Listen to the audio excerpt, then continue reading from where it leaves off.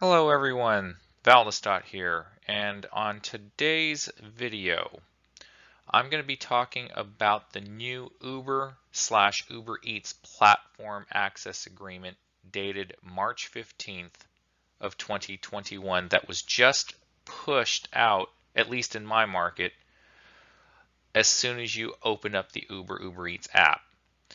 This new agreement is the latest to be given to drivers and must be accepted by us in order to deliver on the platform. It literally just pops up on your screen, and if you don't hit yes, I accept, you are not working. So it's pretty much a forced system in order for you to just be able to work. So for those of you that just never read these agreements, or if you just wanted to just work and could care less about these agreements, this video is probably going to be for you because I'm going to shorten it up so that you don't have to. I'm only going to cover the highlights so that you know what you're getting into. All right, so by now, most of you all know that use the Uber platform, whether on rideshare or the food delivery side, should have received a message today or earlier or later. Again, I got it today on my side on Friday, okay? And yeah, I mean, in order to work, you must agree to the platform access agreement or you can't access the Uber app to work. It won't let you proceed further. So what is a platform access agreement? It's literally like a independent contractor agreement from DoorDash or Grubhub, but they call it a platform access agreement. And as you can see, it was updated as of March 15th, 2021, probably when their team of lawyers finalized it.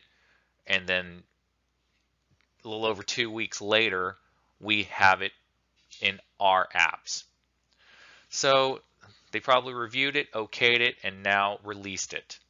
So in a nutshell, it tells who they are, who we are, who the merchants are, and who the customer is, and what the platform is. And they literally, I'm just going to tell you flat out, I'm going to say it over and over throughout this video, these agreements are pretty much one-sided. They use these to protect their asses from lawsuits from us or anyone, and to pretty much deny culpability. If they screw up, they're not at fault. If their tech screws up, they're not at fault. If they screw up at all in any capacity, it's not their fault. Okay, I mean, that's pretty much it. And everything is everyone else's fault but theirs. So this is a relationship with Uber on one. And of course, it describes who the parties are and your choice to provide delivery services to delivery recipients. You know, they say we do not and have no right to direct or control you. Subject to platform availability, you decide when, where, and whether you want to offer delivery services facilitated by our platform, or you want to accept, decline, ignore, or cancel delivery defined below request. Provide in each case that you agree not to discriminate against any potential delivery recipient or merchant in violation of the requirements defined below. Subject to your compliance with this agreement, you are not required to accept any minimum number of delivery requests in order to access our platform. It is entirely your choice whether to provide delivery services to delivery recipients directly using our platform or using any other method to connect with delivery recipients, including but not limited to other platforms. Now, this is just summing up everything. Okay, literally, it is just in a nutshell, they're just basically saying we have the power, but you and all, I know we really don't. Okay, I mean, sure, it sounds great and all. Yes, we control when we want to work. Yes, we accept and decline when we want. But, you know, they have their other sneaky ways to punish us, as you all know. So, number two is their platform in general, what they do. Okay, and the compliance and the provision of deliveries, right? And as we all know, most people don't bother to read any of this in order to just sign on so you can work and make money. The problem is that every driver should really read or attempt to read this agreement, as it explains in detail what your rights are or aren't and what legal processes are available to you if there is a legal disagreement between you, the driver, and Uber, the contractee. Okay? So, as I said earlier, pretty much they use legalese in order to protect themselves from lawsuits and create as many rules and systems to not be held accountable when things could inevitably go wrong. All right. In this particular page, they're literally just talking about accessing our platform. Okay. Background checks and licensing vehicle standards. You guys should read it, but it's not one of the more important things to read, but everyone should read this in detail, okay? I mean, they basically are saying you're providing to us must be you provide to us must be accurate, current, and complete, and you will maintain the accuracy of and completeness of such information during the term of this agreement. And otherwise, unless permitted by us in writing, you agree to only possess one account for provide. I mean, it's basically rules and stipulations, right? And they're going to do background checks for license, insurance, and vehicle standards and all that. All right. Next, the team of lawyers create these agreements to benefit and protect these companies from legal jeopardy and allows them to pretty much get around loopholes and control drivers at all times. I mean, they hire six-figure lawyers, okay? A team of them. They have their own legal department, or they have lawyers on retainer. This is a multi-billion dollar corporation, folks. This isn't some lawyer in your hometown somewhere that will be able to really protect you from these guys unless they are really dedicated lawyers that has a lot of evidence against them that this would not protect them against. I mean, they make it so hard to sue these corporations. It literally takes mountains of evidence, as I said before in the past. So on this section, accepting delivery requests. So it's literally saying how you can accept, decline, ignore. It even says stuff about alcohol deliveries and that we're responsible if anything goes wrong. We're responsible, to make sure we check IDs and all that. And Uber, if anything goes wrong, is not responsible at all. It's all on us. All right. So they lay out the obvious local, state, and federal laws which they themselves must abide by, but also state and contracts rules that are allowed to control drivers from disrupting their business operations and protecting their brand. Okay, I can understand that because, if you have a brand, you don't want it tarnished. You don't want someone to steal your brand. It makes sense.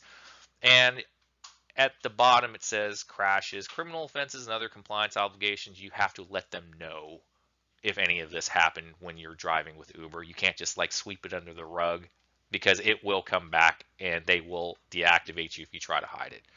All right, so in order to control drivers to make them the most amount of profit based on service fees, they use the rating system, which can affect you if you are a preferred contractor, which allows you to get better offers or perks. I'm not saying that Uber pays drivers better if your ratings are higher. What I am saying is their technology can be used to do certain things if you have lower ratings. I'm not saying they do it or not. I honestly don't know. I know DoorDash kinda does it in their top dasher status and whatnot, and Grubhub uses the ability to schedule if you are a preferred driver with a high acceptance rate. But by law, they can't technically control pay based off of ratings. I did say technically, but they control the system. And if they do, it would be very hard to prove that, where if it was found out, they could get sued. Okay. But in other aspects, they control aspects of their technology which they use to limit or throttle drivers to a certain amount of pay per hour averaged over a period of time, for example. It happens on all the platforms. You are limited to a certain hourly in your market. There may be times when it gets busy, you get more in your, but that's only because there's so much volume or so little drivers that you have the ability to possibly get more than your normal average per hour. But if it's just an average day, they will throttle you. Okay. So when delivering for their platform, they can add protections for drivers like insurance, right? But only by their rules. They also have disclaimers or no fault clauses to protect themselves in almost every part of their contracts in the event things go wrong. Stuff like insurance, yeah, they'll give you insurance, but they don't tell you how much. I mean, it says it right there in the contract. They don't tell you what, the liability protection is. They don't tell you anything other than, yeah, if you're on a delivery, we'll protect you. Okay. Um, they'd also say that if you lie about using a bike but then using a car, they will force you to reimburse them. Also, if things go wrong with instant pay, they're not at fault. Again, they protect themselves in everything, all right? They also reserve the right to terminate you without notice and can use state laws to uphold it. So if you are unfortunate to work in an at-will state, well then, folks, you're screwed because this will be used to deactivate you at will. But in other states that don't have an at-will, they still have the right to terminate you without notice. Without cause, I should say. Not notice, without cause. Okay, 5.2 states, you may terminate this agreement without cause at any time, right? But you consent to, and we may temporarily deactivate your account without notice to investigate whether you have engaged in or your account has been used in activity that is deceptive, fraudulent, unsafe, illegal, harmful to our brand, business, or reputation, or that violates this agreement, including the policies incorporated herein by reference, any of the foregoing, a material breach or violation. You also consent to, and we may terminate this agreement or permanently deactivate your account without notice if we determine in our discretion that a material breach or violation has occurred. And of course, they have disclaimers. Okay, so yeah, have fun with that, all you new folks that's listening that has never worked a gig app platform before. And if you're a veteran driver, you kind of already knew this. Okay, so all companies want to protect their property and resort to confidentiality agreements to protect information and assets. This is literally what this page is about. You can read it or choose not to, but again, I highly advise you at least skim through it. Again, the most important thing to a company is their brand, intellectual property, and assets. They will write this in contracts to agree for the parties to keep confidential information secret or to not disclose it. So this whole page is all about that, about the obligations for the parties, the remedies, what happens if it does get out there because of drivers or them or whatever, or some other people, and intellectual property rights, okay? So when a revision or a new contract is released, the prior or previous contract is voided and the new contract is to be followed by all parties. So pretty much, it is literally stating this. Notwithstanding the termination of your prior documents, you hereby A, ratify, assume, and confirm your obligations under any supplements or addenda except those that are no longer required by the requirements or applicable to your provision of delivery services, accepted in connection with your prior agreement that are not expressly superseded by this PAA or documents accepted in connection with the acceptance of this PAA. with such changes as may be required to effectuate the foregoing continuing documents, and B, acknowledge and agree that as of your acceptance of this agreement, such continuing documents are incorporated by reference and form a part of this agreement. We hereby ratify, assume, and confirm our obligations under such continuing documents. For the avoidance of doubt, as applicable, the definition of continuing documents, this shall include any addenda related to the provision of combined services. Yeah, that's a freaking mouthful, folks. Okay, if you didn't understand all this, you're not alone. This is legalese. Okay, and as I said earlier, it's literally just saying, hey, the new agreement supersedes the old agreement. That's it. So, Uber uses arbitration to settle cases between drivers and the company. They prefer it this way in order to avoid class action lawsuits. So the next 3 pages is going to be about arbitration. This is how serious they are about this, because no company like a gig app company likes their drivers suing them, especially in class action lawsuits. It's happened before with DoorDash, and if they didn't do this, it'll happen again. But as I said in another video earlier on, arbitration costs them a lot of money too, but they word it in such a way where it scares drivers from doing it, so they don't think that drivers will actually come up to the plate and sue them through arbitration. So it's the cheaper, quote unquote, cheaper way of doing it. But if drivers actually knew their rights and rules, they could lose a lot of money if 100,000 plus drivers all used arbitration at the same time. Okay, so anyway, starting from section 13 is the arbitration provision. Okay, I'm going to read that and I'm going to skim the rest. Important. Please review this arbitration provision carefully, as it will require you to resolve disputes with us on an individual basis through final and binding arbitration, except as provided below. You may choose to opt out of this arbitration provision by following the below instructions. There are and/or may be lawsuits alleging class, collective, or representative claims on your behalf against us. If you do not opt out of this arbitration provision and therefore agree to arbitration with us, you are agreeing in advance, except as otherwise provided below, that you will not participate in and therefore will not seek or be eligible to recover monetary or other relief in connection with any such class, collective, or representative lawsuit. This arbitration provision, however, will allow you to bring individual claims in arbitration on your own behalf. They literally just said what I said earlier. They don't want class action lawsuits or representative lawsuits or collective lawsuits of any kind.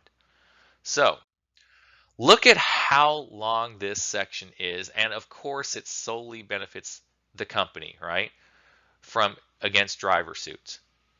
There are rules that supersedes corporate rules and governance. A driver can file claims directly to a government agency, for example. So literally, section A, section B, it's just explaining how they have to comply with federal guidelines. Okay, literally. 13.2 is limitations on how this arbitration provision applies. Okay, so as I said before, it's a section A. Nothing in this arbitration provision prevents you from making a report to or filing a claim or charge with a government agency, as I said earlier, including without limitation the Equal Employment Opportunity Commission, U.S. Department of Labor, U.S. Securities and Exchange Commission, National Labor Relations Board, or Office of Federal Contract Compliance Programs. So this arbitration provision does not prevent federal administrative agencies to get involved, and that's a good thing. Okay, that means you can bypass the arbitration provision and send a complaint to any or all of these federal agencies if you think that arbitration is in the pockets of Uber. So they will state the terms in order to use arbitration and what can be allowed or not. Specific rules must be done before an arbitration can begin. You can't just upright just say, I want arbitration. There are rules, okay, unfortunately. And this page will explain the rules. I'm not going to read this whole thing because we'll be here for a long time if I do, okay? So there is a way out, okay? First of all, you can mediate in what I nickname pre-arbitration. Okay, so it's in 13.3 section B.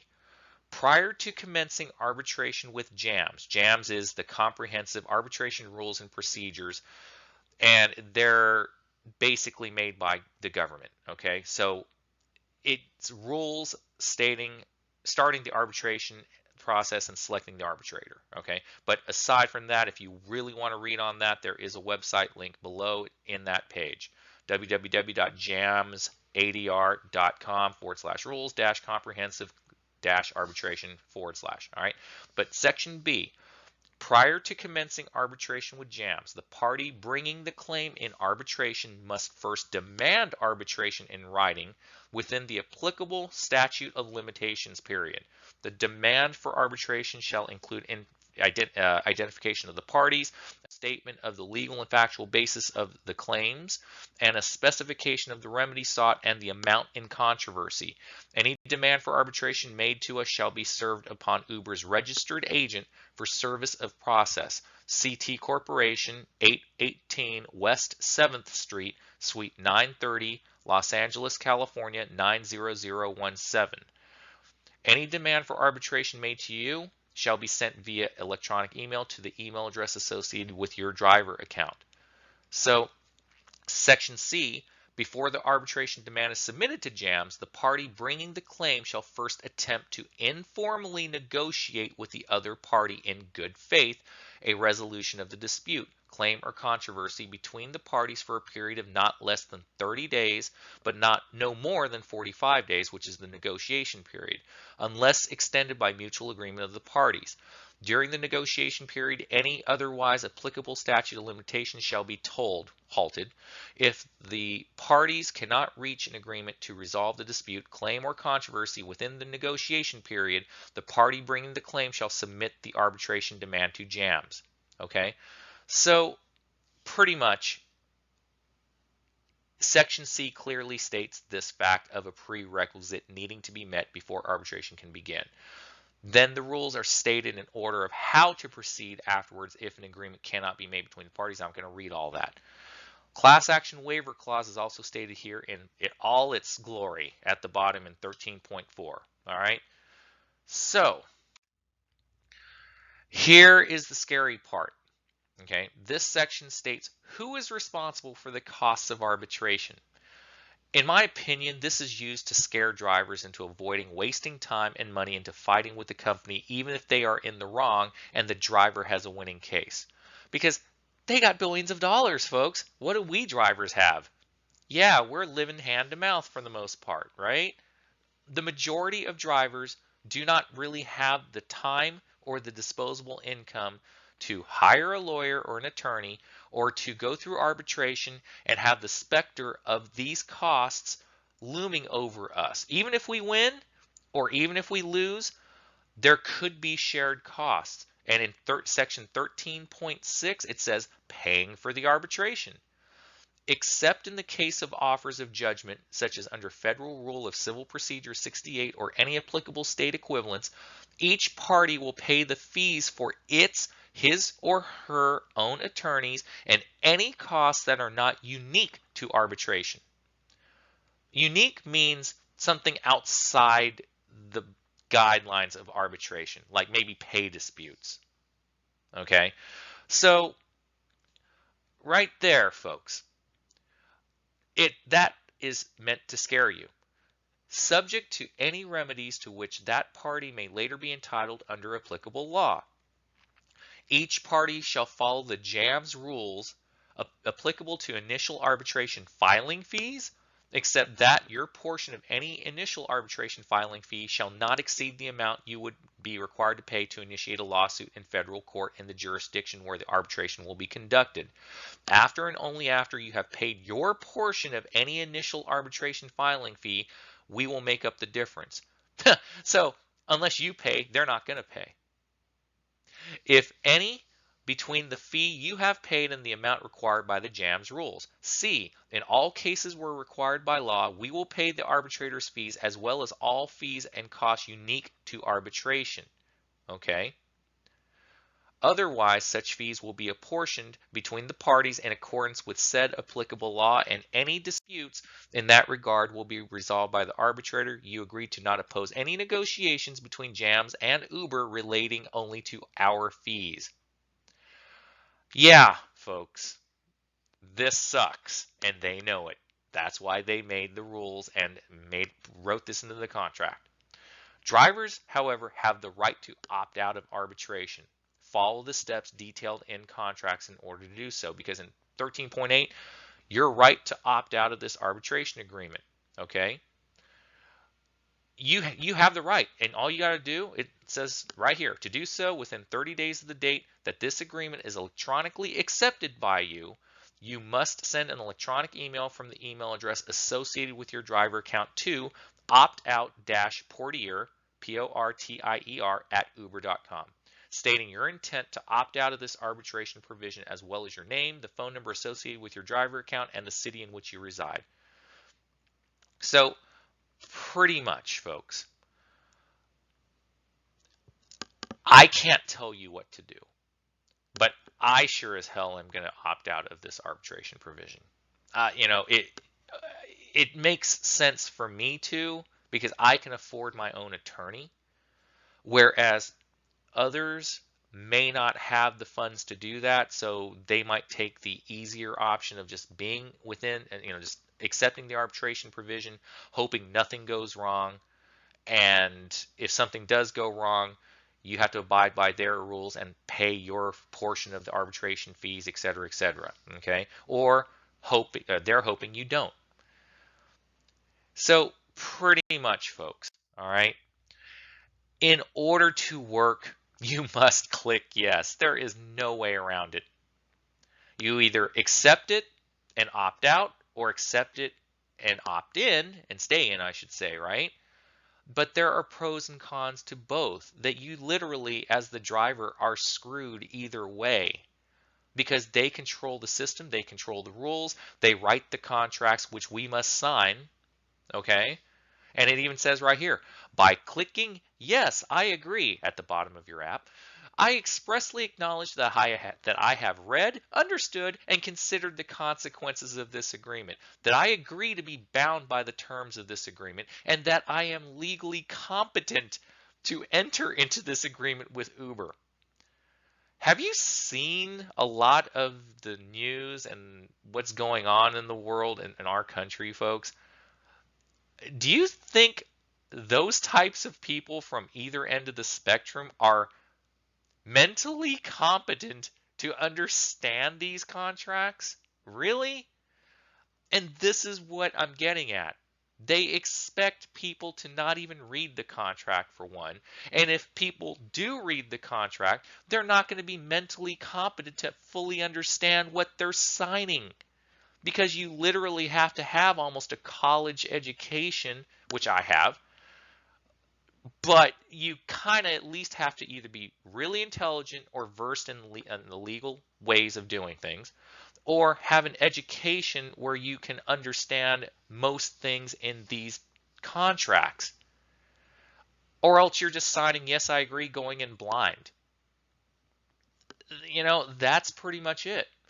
So that's it, folks. I hope that you do read the contracts. If you don't understand it, take it to someone who does.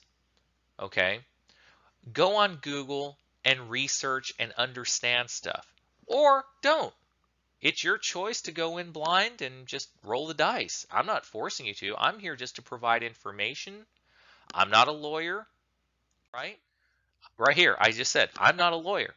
I am only providing information to drivers that don't read these contracts, so you can make an informed decision to understand your rights against these companies. And this is the latest version of the contract from Uber. That's why I'm doing this. It is your responsibility to do your due diligence so you understand what you can do to protect yourself and have the information available ahead of time so you know what to do when something bad happens in the course of working on Uber. All I'm doing is trying to help people out. I'm not telling you what to do. You're your own person. You do what's best for you. I have always said that. But I hate seeing drivers get screwed time and time and time again, especially since we go through it at times with DoorDash, and I'm going through it with Uber because I have been screwed twice on bonus challenges for deliveries made in a certain period of time in a certain zone, and they blame it on tech issues. And I said this in an earlier video briefly. This has been going on for over a month. And they blame it on tech companies. They blame it on their tech, and they're a tech company. If they can't figure out why I'm not getting credit for deliveries made within that period of time, it stays at zero. Every time I make a delivery, it will not go up. I have made 25 deliveries in that period of time, so I'm owed $50. And I have emails, screenshots, all the proof in the world, and every time I call them, they say, well, they're working on it. It's been a month. If they're a tech company, they suck. How can they not fix their own tech that is not actually counting the number of deliveries made in their bonus system? At least in my market or on my account. I don't know about anyone else's accounts, but that's what I'm going through. So that's what I mean. It's up to each person to either fight for their rights or don't. All right, folks, it's going on 31 minutes, so I'm going to end it here. Have a great day, everyone, and I will talk to you next time. Please leave a comment and like and subscribe so that more people can get information like this. And don't forget, the weekly contest for just liking and being a subscriber is every week, and the prize every week is $10. And it will be held on a random drawing at 9 p.m. Eastern Time. The randomizer uses UTC GMT, which is 4 hours after Eastern Time. So when I do the randomizer, it'll probably say 1 a.m. GMT UTC, Universal Coordinated Time, or Time Coordination. I think that's what it is. So anyway, folks, this is the end of the video. Have a great day, and I will talk to you all later. Take care.